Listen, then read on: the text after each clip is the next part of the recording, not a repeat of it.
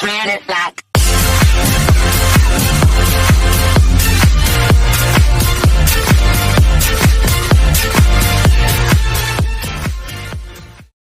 Assalamualaikum warahmatullahi wabarakatuh. Apa kabarnya hari ini? Ya, luar biasa. Semoga kita semua dalam keadaan sehat walafiat dan selalu dilindungi oleh Allah Subhanahu wa taala. Amin ya robbal alamin. Nah, pada pertemuan kali ini saya akan mengulas kembali terkait materi jurnal penyesuaian. Namun yang saya tekankan pada pertemuan ini adalah jurnal penyesuaian pada perusahaan dagang. Begitu ya. Dan materi ini pula sebenarnya sudah kalian dapatkan pada semester 1 dahulu pada mata kuliah pengantar akuntansi 1. Namun di sini saya akan mengingatkan kembali gitu ya. Jadi biar kalian teringat kembali, semakin paham sehingga nanti ketika ada sesi latihan soal kalian bisa menjawab dengan mudah, benar, dan tepat gitu ya. Jadi bisa dilihat ya. Ini mini resume ya, saya beri nama mini resume karena memang ini simple saja untuk sedikit mengingatkan kalian terkait jurnal penyesuaian. Jadi, jurnal penyesuaian itu adalah ayat jurnal yang digunakan untuk menyesuaikan saldo-saldo dalam rekening yang perlu disesuaikan. Nah, mengapa perlu disesuaikan? Jadi agar saldo-saldo tersebut itu mencerminkan keadaan yang sesungguhnya. Maksudnya gimana? Jadi mencerminkan keadaan di mana aset, liabilitas, ekuitas, pendapatan maupun beban itu sesuai dengan keadaan yang sebenarnya sehingga siap digunakan atau dimuat dalam penyusunan laporan keuangan. Nah, dalam jurnal penyesuaian ini terdapat beberapa poin-poin yang harus diperhatikan. Jadi poin-poin yang perlu dilakukan jurnal penyesuaian. Nah, bisa kalian lihat di sini. Ini ya, poin 1 sampai 8. Yaitu pertama adalah penyesuaian terhadap persediaan awal dan akhir barang dagangan, kemudian penaksiran kerugian piutang, selanjutnya pembebanan penyusutan aset tetap, pencatatan biaya yang masih harus dibayar, pencatatan pendapatan yang akan diterima, pencatatan biaya dibayar di muka atau persekot biaya, pemakaian perlengkapan, dan pencatatan pendapatan diterima di muka. Nah, yang mau saya lebih tekankan lagi ya, jadi di sini terletak pada penyesuaian pada persediaan barang dagang. Kenapa? Karena yang poin kedua dan sampai 8 saya yakin pasti kalian masih ingat ya, dan sudah kita bahas kemarin juga dan sempat saya gunakan juga pada waktu soal UTS. Nah, di sini yang perlu kalian perhatikan adalah jurnal penyesuaian pada persediaan barang dagangan. Nah, sama tadi tujuan dari jurnal penyesuaian itu apa? Untuk menjadikan saldo-saldo yang ada itu sesuai dengan saldo yang sesungguhnya atau mencerminkan nilai yang sesungguhnya. Nah, di sini untuk persediaan barang dagang itu juga perlu disesuaikan. Agar apa? Agar persediaan barang dagang nilainya sesuai dengan yang sesungguhnya. Nah, di sini untuk penyesuaian persediaan barang dagangan pada perusahaan dagang itu ada 2 pendekatan. Apa itu? Pertama adalah pendekatan ikhtisar laba rugi. Yang kedua adalah dengan pendekatan harga pokok penjualan atau bisa kita kenal dengan HPP. Nah, kita telusur ya. Yang pertama, pendekatan ikhtisar laba rugi. Pada pendekatan ikhtisar laba rugi ini mudah ya. Jadi pada pendekatan ikhtisar laba rugi ini dapat dilakukan dengan menyesuaikan persediaan barang dagang awal dan akhir saja. Jadi ada 2 poin yang perlu kalian perhatikan di sini. Yang pertama adalah ayat jurnal penyesuaian persediaan barang dagang awal, dan yang kedua adalah ayat jurnal penyesuaian pada persediaan barang dagang akhir. Oke, kita kembali yang pertama nih ya. Ayat jurnal penyesuaian pada persediaan barang dagang awal. Caranya gimana? Gampang saja. Kalian tinggal mendebit akun ikhtisar laba rugi, kemudian mengkredit akun persediaan barang dagang. Nah, pada kredit ini, persediaan barang dagang, silakan kalian masukkan nominalnya, rupiahnya. Ini adalah nominal dari persediaan barang dagang awal. Nah, caranya gimana? Gampang saja, kalian bisa melihat nominal ini pada nominal yang ada di neraca saldo. Bisa kalian masukkan nominalnya di sini. Misalkan di neraca saldo, akun persediaan barang dagang itu tertera misalkan senilai 10 juta. Kalian bisa masukkan dengan mendebit akun ikhtisar laba rugi sebesar 10 juta dan mengkredit akun persediaan barang dagang sebesar 10 juta. Saya ingatkan ya, nominal di sini adalah persediaan barang dagang awal. Datanya atau nominalnya bisa kalian ambil di neraca saldo. Nah, selanjutnya adalah ini. Ayat jurnal penyesuaian persediaan barang dagang akhir. Caranya gimana? Gampang saja, kalian tinggal mendebit akun persediaan barang dagang dan mengkredit akun ikhtisar laba rugi. Nah, nominalnya yang ada di sini, yang saya build ini adalah kalian ambil dari nominal atau nilai di persediaan barang dagang akhir. Caranya gimana? Ini bisa kalian lihat pada data penyesuaian. Nanti biasanya di dalam soal itu dijelaskan data penyesuaian di akhir periode itu seperti apa. Nah, ketika dijelaskan persediaan barang dagang akhir perusahaan misalkan XXX itu sebesar misalnya sebesar 13 juta. Nah, silakan kalian masukkan nominalnya di sini atau nilainya yaitu sebesar 13 juta. Nah, mudah bukan? Oke. Nanti bisa dicoba ya. Nah, yang selanjutnya adalah pendekatan yang kedua, yaitu pendekatan harga pokok penjualan HPP.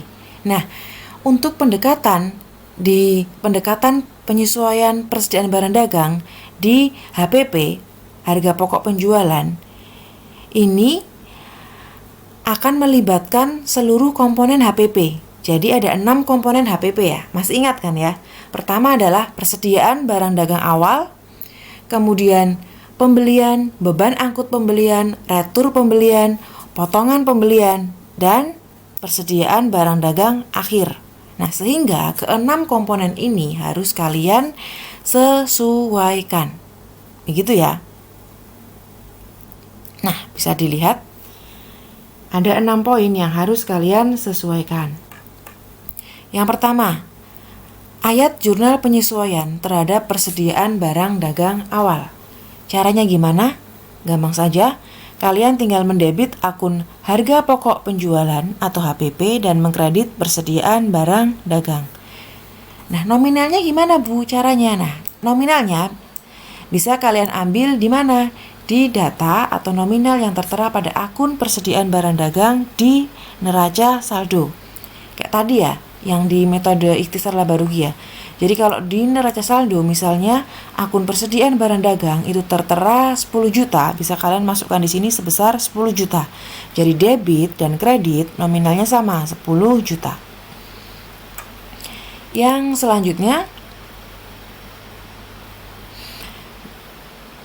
jurnal penyesuaian terhadap persediaan barang dagang akhir. Caranya adalah kebalikannya yang poin pertama ya. Kalian harus mendebit persediaan barang dagang dan mengkredit akun harga pokok penjualan.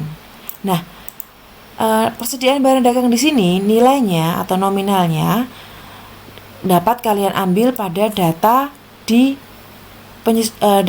penyesuaian. Jadi biasanya di soal nanti sudah tertera. Jadi saldo persediaan barang dagang yang masih ada di gudang 13 juta. Nah, misalnya seperti itu. Nah, bisa kalian masukkan di sini sebesar 13 juta. Jadi intinya jangan sampai kebalik ya, persediaan barang dagang awal dan persediaan barang dagang akhir. Nah, selanjutnya poin ketiga adalah ayat jurnal penyesuaian terhadap pembelian. Gampang saja, caranya kalian tinggal mendebit akun harga pokok penjualan dan mengkredit akun pembelian. Oke, nominalnya di mana Bu? Nominalnya dapat kalian ambil di neraca saldo.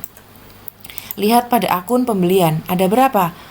Kalau misalkan di data akun pembelian di sini ada misalnya 25 juta. Nah, silakan kalian masukkan di sini. Mendebit akun harga pokok penjualan misalnya 5 juta, mengkredit akun pembelian misalnya di sini 5 juta.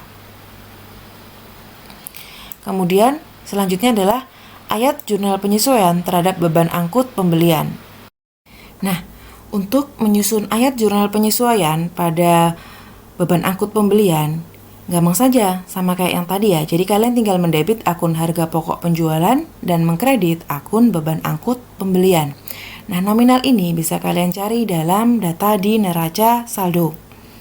Oke, selanjutnya adalah ayat jurnal penyesuaian terhadap retur pembelian. Caranya gimana? Kalian tinggal mendebit akun retur pembelian dan mengkredit akun harga pokok penjualan. Nah, ini sama ya, nominalnya bisa kalian ambil dalam data yang ada di neraca saldo. Yang terakhir, jurnal penyesuaian terhadap potongan pembelian. Caranya adalah kalian tinggal mendebit akun potongan pembelian dan mengkredit harga pokok penjualan. Nah, datanya bisa kalian ambil di data di neraca saldo. Nah, pertanyaannya, Bu, bagaimana kalau di neraca saldo itu nggak ada akun beban angkut pembelian atau misalnya nggak ada akun retur pembelian? Ya, gitu ya, misalnya sering pertanyaan seperti itu. Kalau misalnya tidak ada akun tersebut, jadi kalau di neraca saldo tidak nampak akun beban angkut pembelian atau misalnya tidak nampak akun retur pembelian, ya gampang saja, tidak perlu kalian masukkan dalam data penyesuaian. Misalnya ya, di data di neraca saldo tadi tidak ada akun beban angkut pembelian sama retur pembelian, gitu ya. Berarti kalian tinggal membuat ini kalian tinggal membuat ayat jurnal penyesuaian untuk 4 poin saja. Apa yang selain yang tidak ada, jadi kalian tinggal memasukkan data yang ada aja. Jadi kalian tinggal menyusun ayat jurnal penyesuaian untuk persediaan barang dagang awal, persediaan barang dagang akhir, kemudian untuk pembelian, kemudian untuk potongan pembelian. Jadi yang ada saja, kalau misalkan datanya di neraca saldo nggak ada, tidak perlu kalian buat. Nah, mudah bukan? Nah, untuk yang lain gitu ya, untuk penaksiran kerugian piutang, penyusutan aset tetap, ini sudah kalian pelajari. Saya yakin kalian masih ingat ya dan sudah paham betul, jadi bisa kalian flashback sendiri ya, dilihat sendiri. Nah, setelah ini kalian bisa berlatih dalam soal yang akan saya berikan. Nah, ini adalah contoh ya, contoh soal latihan untuk jurnal penyesuaian pada perusahaan dagang. Nah, ini nanti bisa kalian kerjakan. Jadi UD Arya Syaka ini merupakan data neraca saldo per 30 Juni 2017. Nah, di sini ada akun kas hingga akun beban lain-lain dengan jumlah totalnya adalah 58.900.000. Nah, ini data penyesuaiannya. Nah, nanti bisa kalian susun ya. Permintaannya adalah buatlah ayat jurnal penyesuaian pada UD Arya Syaka pada 30 Juni 2017 dengan menggunakan metode ikhtisar laba rugi dan harga pokok penjualan. Nah, tadi yang saya bilang ya, data yang ada di sini, data penyesuaian, misalkan di sini persediaan barang dagang yang ada pada akhir periode pada tanggal 30 Juni 2017 sebesar 2.750.000. Nah, berarti ini adalah data untuk apa? Untuk nilai untuk persediaan barang dagang akhir. Nah, kalau persediaan barang dagang awal itu ada di neraca saldo yang ini. Nanti kalian bisa masukkan sendiri ya.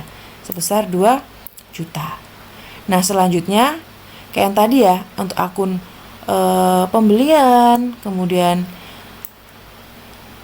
untuk akun potongan pembelian, beban angkut pembelian, penjualan, retur penjualan bisa kalian ambil di sini juga di data pada neraca saldo. Tinggal kalian masukkan ke dalam ayat jurnal penyesuaian. Nah, ini diminta untuk metode atau pendekatan ikhtisar laba rugi dan harga pokok penjualan. Silakan bisa kalian kerjakan ya.